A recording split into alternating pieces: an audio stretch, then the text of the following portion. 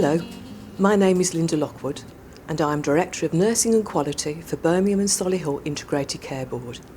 I'm delighted to introduce our annual LeDeR report for 2022 to 23. We are producing the annual report in the video format to make it as accessible as possible to as many parts of our local system and to as many of our citizens as we possibly can. I'm hoping you will find it interesting and informative. We've been running the LeDeR programme in Birmingham and Solihull since September 2018. During that time, we have undertaken hundreds of reviews of the lives and deaths of our citizens with a learning disability and autism. We have found the review process tremendously valuable in helping us to better understand their lived experience as they access health and social care services across our footprint. Throughout the course of the review programme, we've consistently seen that good care is delivered when our services listen to the voice of our citizens, make reasonable adjustments, work together in a coordinated way and share information with one another. So our local LeDeR programme is fundamentally about delivering change. We want to learn from the things that have worked well and to improve where things are not right. You will hear in this video from frontline staff working across Birmingham and Solihull. They talk about how they're trying to make improvements in the way they work and the way they run services. You will also hear from some of our citizens with a learning disability directly and at first hand to understand their lived experiences. It's tremendously positive that so many parts of our local system are coming together to try and make change happen. And I want to thank everybody who's worked so hard to drive the LeDeR programme forward. Our review team, our experts by experience, our colleagues in social care, the many health professionals working in hospital settings, community teams and general practice, colleagues in our hospice settings and in our third sector and independent providers. Thank you all and please keep up the good work. Because when we make change happen, it means our citizens with a learning disability or autism live longer, healthier lives. It's as simple as that.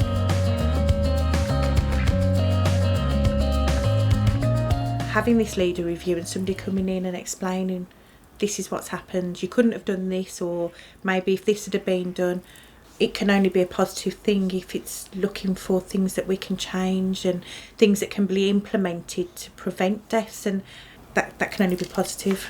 The LeDeR reviews look at every aspect of somebody's care, their life.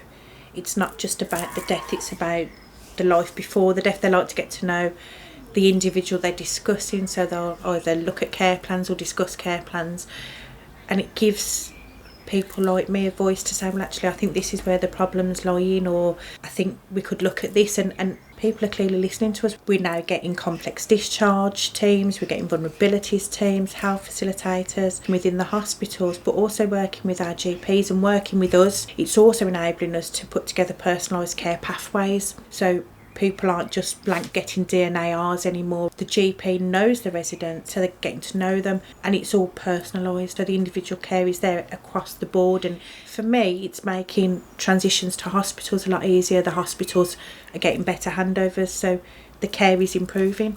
It can be very difficult if you're getting different doctors or different people, but our learning disability service are phenomenal. The support we receive from them is just so underrated. I've only got a phone and somebody's there to support us, and again that's personalised. They're coming out, they're getting to know us, they're getting to know the doctors, and everybody's working together as a team, knowing that the hospitals are improving thanks to the LeDeR and listening to care home managers and doctors and families and clients, that it's improving, and it can only be a good thing. And hopefully a couple of years we'll be saying, look how amazing it is.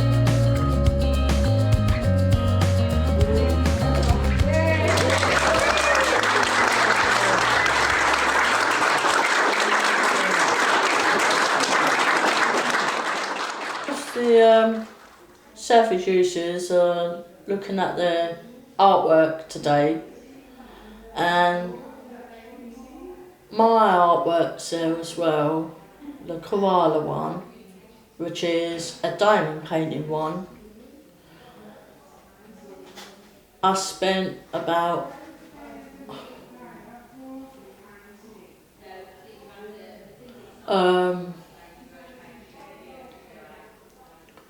I spent about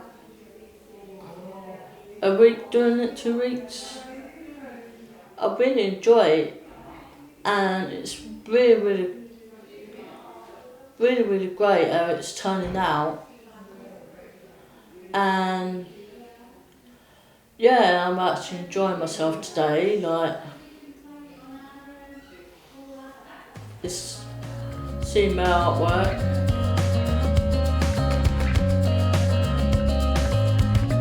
We work with a significant number of people who with learning disabilities and their families in Birmingham who have various health needs and differing health needs, but also sometimes have some of the worst health outcomes. So as a community and as an organisation, we work passionately to advocate for those people. We work tirelessly with professionals in the NHS to try and improve that. And that's the journey, that's the direction of travel that LeDeR frequently brings. What's really important for Midland MenCap and linking into LeDeR is that there's lots of learning, there's lots of very important findings that tell us what changes need to happen.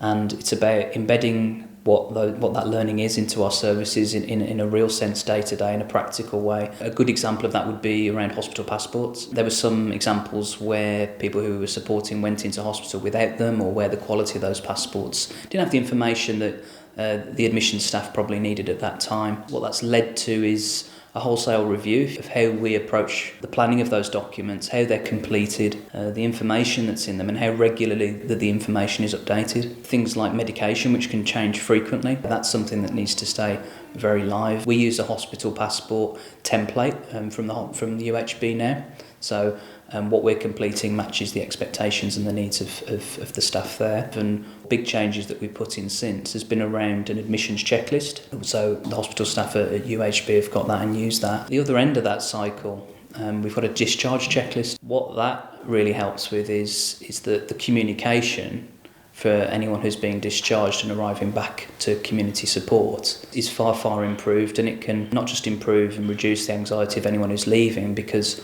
we know the reasons why they're leaving and what may have changed, but it often prevents readmission. So there can be an anxiety even on the part of the staff and the provider about not knowing, have those things that the person went in with been resolved and dealt with, and actually what's changed when they're coming out. That could be treatment, outpatient appointments, right through to changes in medication. They ultimately improve the health outcomes for people. It makes the journey for the person with a learning disability far better, far safer, and adds certainly more continuity to the care that they receive. What we're talking about is providing the right information at the right time for people, information that the individual might not be able to provide themselves, or it changes through their journey through the hospital.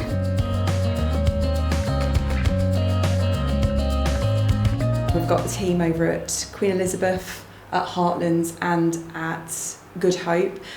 We do cover Solihull Hospital as well, but we don't have a team there. Within the team there's all different specialities, so we have learning disability nurses, mental health nurses and adult nurses as well. Every month one of us sits in the LeDeR oversight panel, and then we bring back the outcomes and we discuss them as a team.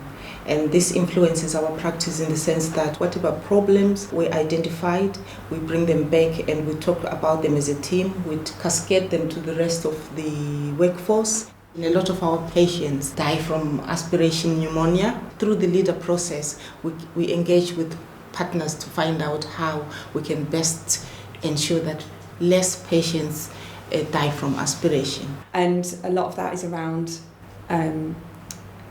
people's safety in swallowing and positioning. So we're making sure that people's speech and language recommendations are followed through, or that we're following appropriate advice regarding NG feeding. Those sorts of things are really key, and it's through LeDeR that we are so aware of those problems, and it gives us a lot of ammunition for following this up. The same aspiration pneumonia, we ensure that we work closely again with the community partners, the health facilitation teams, and for every meeting where there is a patient with feeding issues who is likely to have aspiration issues, there is always an invitation to the community teams, OTs and speech and language therapists to engage the meeting. One of our partner trusts, CHC, is really strong in terms of sending speech and language and audio therapists to come in for patients, so that they ensure the beds they have back home are the correct ones, the chairs they are using are the correct ones, and the speech and language therapists ensure that they give the information they have about the patient in the community to the speech and language in the hospital and the two talk.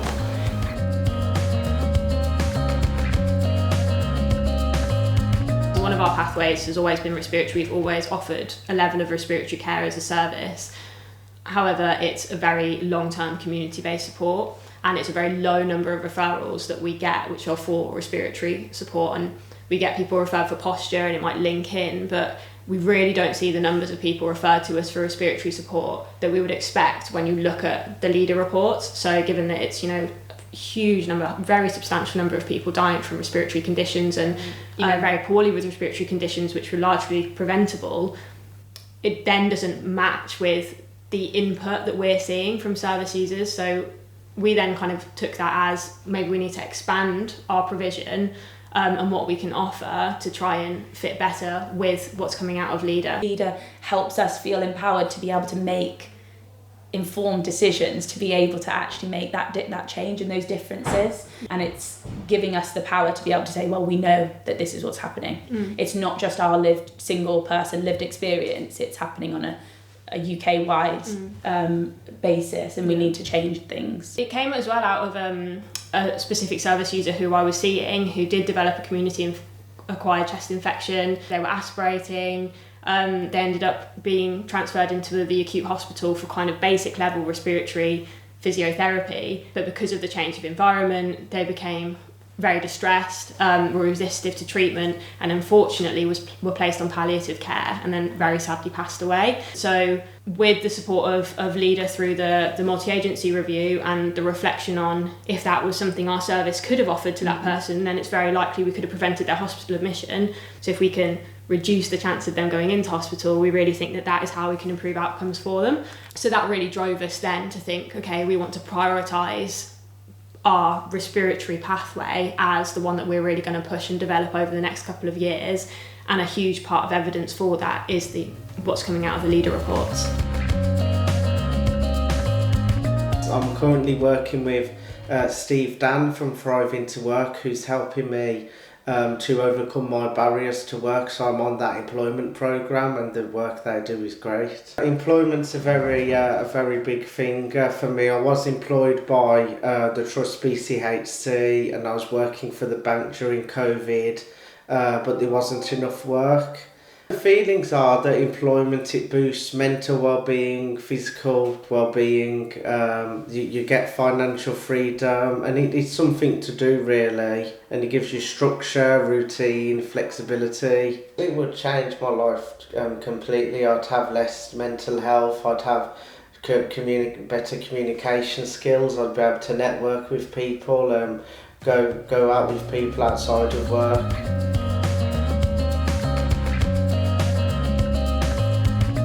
Our main role really is to do whatever a patient needs.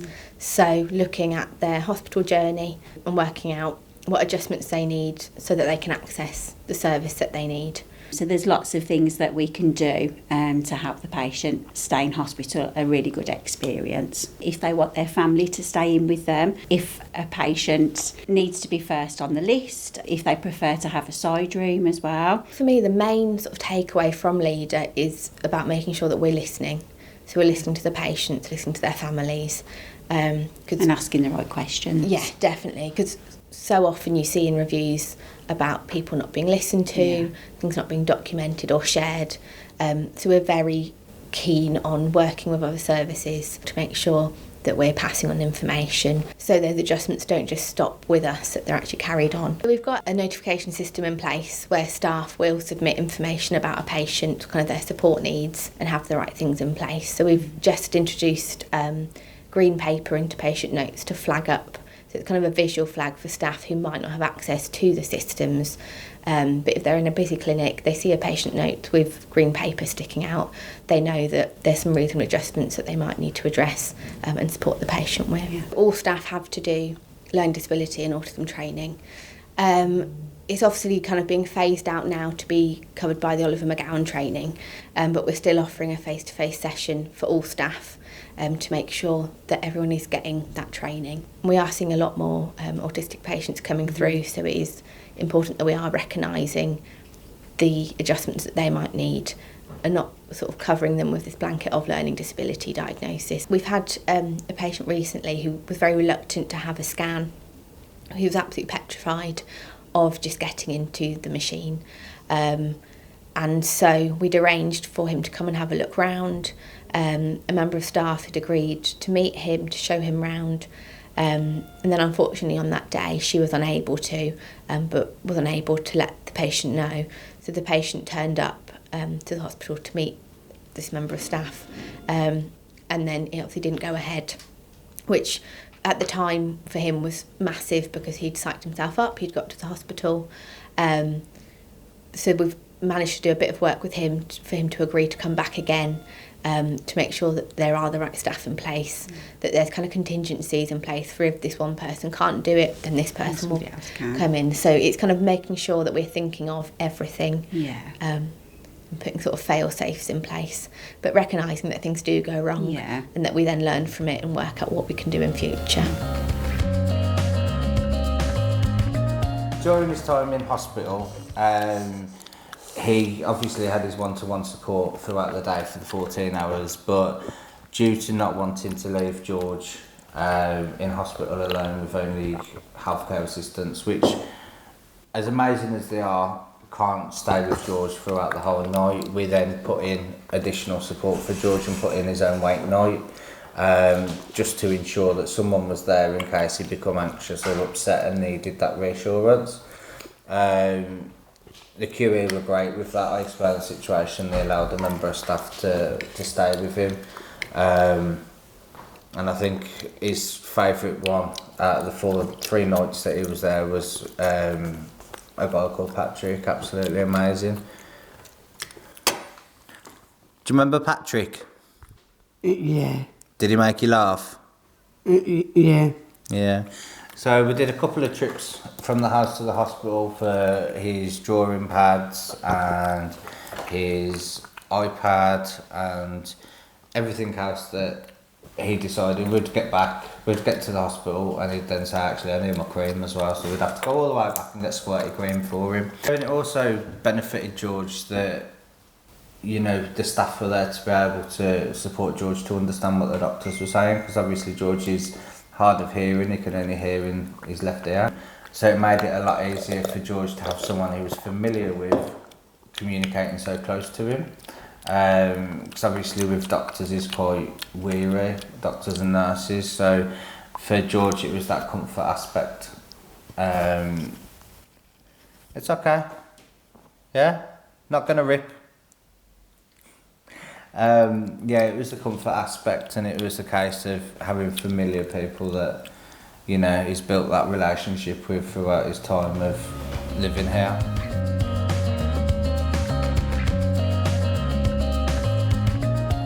As my role, I was supporting one of the team managers who we were involved in a LeDeR review for a patient. So they've got a patient on their caseload who'd been on their caseload for about 11 years. He was only 49 when he died. He lived with his mum, who was an elderly carer. He went out and about in a wheelchair, had a holiday every year. He used to go down to the Villa matches. Unfortunately, because of his health needs, he's got rheumatoid arthritis. He had a condition called pyoderma gangrenosum. So he would develop multiple ulcers and blister into his legs, developed leg ulcers. There was lots of things going on with this patient that made him a lot more complex. Ultimately, he ended up passing away of an infection. So there was a real robust action plan that followed this particular LeDeR review that's supported lots of changes in practice afterwards. One of the first things we identified as learning was around the importance of recognising an LD diagnosis in a patient, actually acting upon that, liaising with our learning disabilities team and putting reasonable adjustments in. One of the things that was pulled out from the LeDeR review in this particular case was around self-neglect and hoarding, and actually us as an organisation and nurses visiting vulnerable patients in their homes, recognising what that looked like and how we can act upon that. So since then there's been the introduction of a self-neglect risk assessment tool and guidance around hoarding.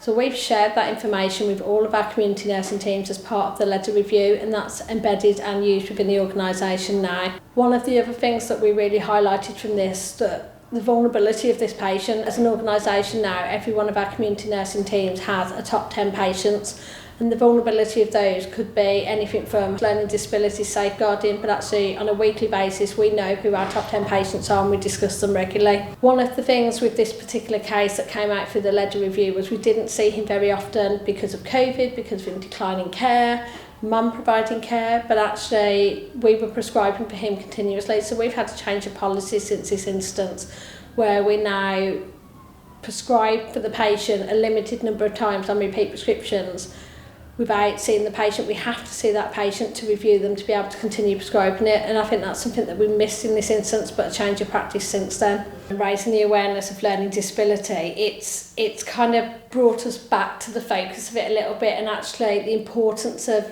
that professional curiosity and just looking that little bit deeper, asking those extra questions and really trying to understand our patients when we give them that holistic care. LeDeR helps us improve health outcomes for people with LD, and if we can get it right for people with learning disabilities, then we're getting it right for absolutely everybody else too.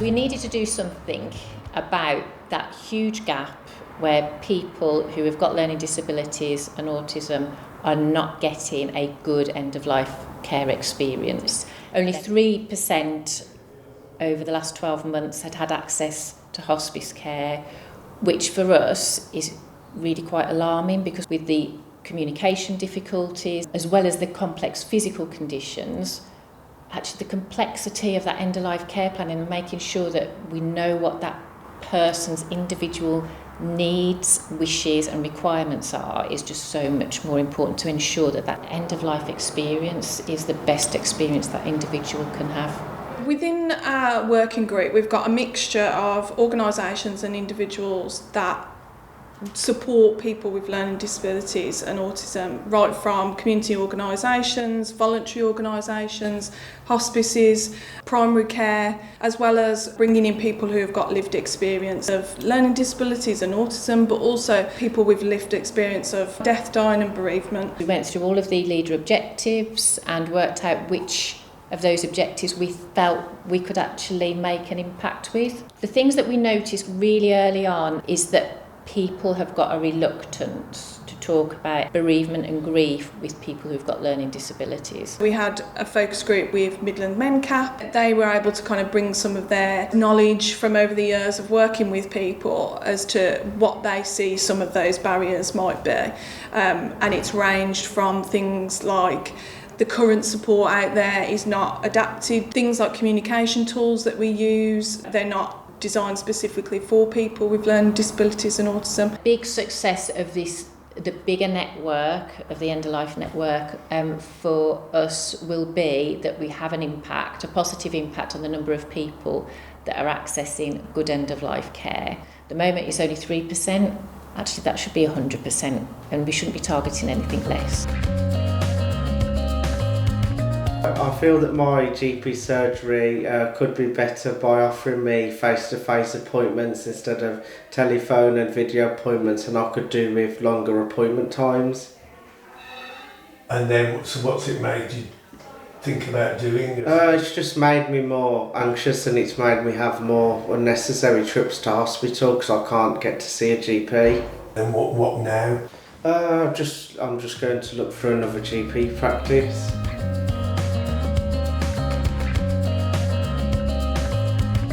The recent review on LeDeR has highlighted that one of the most important health initiatives what we could do as the primary care clinicians will be to make sure that we do have a process in place to do a thorough and robust annual health check for the learning disability and autism group of patients. This is one of the ways we could really raise the standard of the care what we are giving to them. So we first of all identified this group of people, and my practice manager and the admin staff are very good at doing that. Then we do make sure that we do send them a formal invite for the annual health check.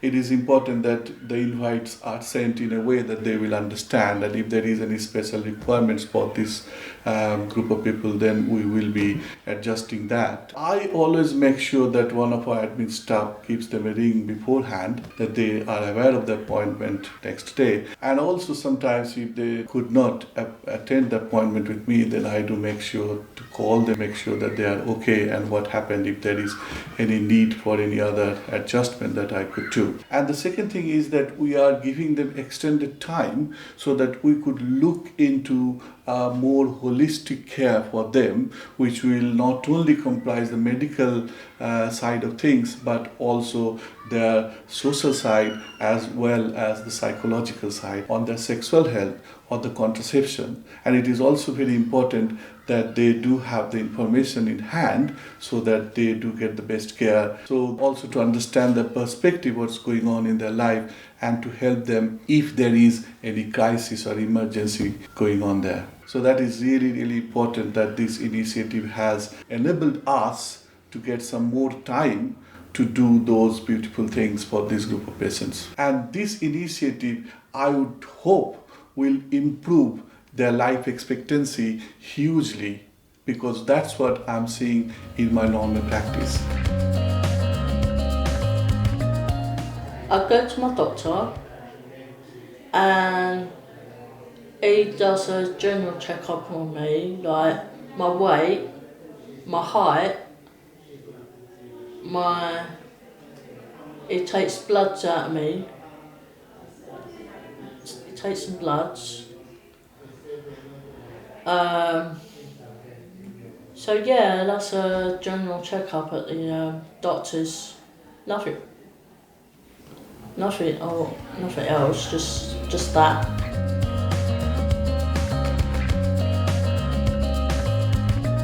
The advantage of the project over the 3-year period is because it's going to really enable us to capture change over a longer period of time, to be able to gauge the success of the project. Capturing change is really important because it starts with somebody's experience, whether that's trying to access a health service locally, moving from primary to secondary care, or help with their end-of-life planning, or being really integral to how their health plan and support will develop over time. It's all about the individual and how they perceive they are receiving their care, when they receive it, how they receive it, and is it in a way that suits them.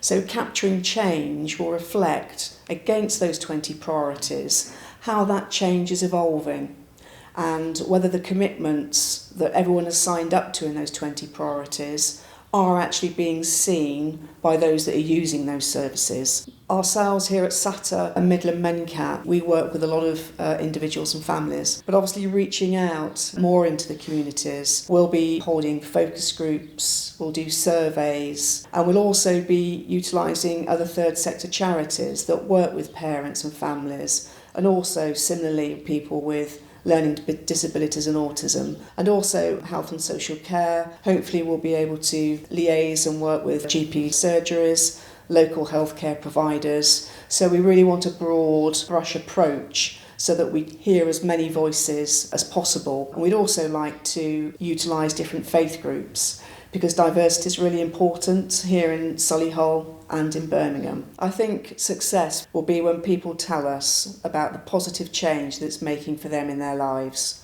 when they are actually happier, healthier, and looking forward to the future. Hello, I'm Salma Yacoub. I'm the Associate Director for Health Inequalities here at Birmingham and Solihull ICS. Birmingham and Solihull as a region are hugely blessed. We have the youngest population in Europe, and we're actually the most diverse population in Europe. But having said that, we are also the most challenged, for example, when it comes to deprivation. Over 50% of Birmingham itself is in the 10% most deprived in the country. So when you layer that with the other marginalised and vulnerable cohorts, what we see is a whole pattern of avoidable health inequalities. And people with learning disabilities and autism are part of a very, very significant cohort who sadly are losing between 15 and 20 years of their lives, not because learning disabilities and autism are killers in of themselves, but because of preventable illnesses not being picked up in the first place or not being treated appropriately. And that's why the work that LeDeR does is so important in bringing together key information, disseminating it, and encouraging that partnership working which helps to make a real difference. And given the massive impact on losing more than a decade of your life, having us address learning disabilities and autism is a key priority area in our 5-year health inequality strategy, as well as our 10-year action plan for the whole ICS going forwards. Because this is not something that can be delivered or actioned by one team alone. It is really everybody's business. Whether you're a GP receptionist, whether you're a doctor doing those annual health checks, whether you're part of a hospital service, making sure the relevant adaptations are in place, whether you're at the end of life care in a hospice or indeed in one of the hospitals where many people are dying. It's really important that we understand the needs and ensure that we can maximise both the access, experience, and actually, importantly, the outcomes of this vulnerable cohort.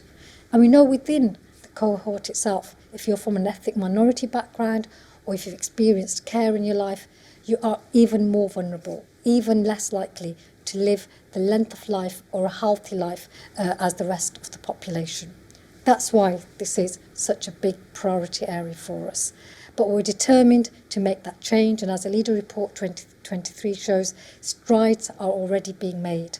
Partnerships are coming together with communities, with people with lived experience, with carers, and of course our staff who we can't deliver without.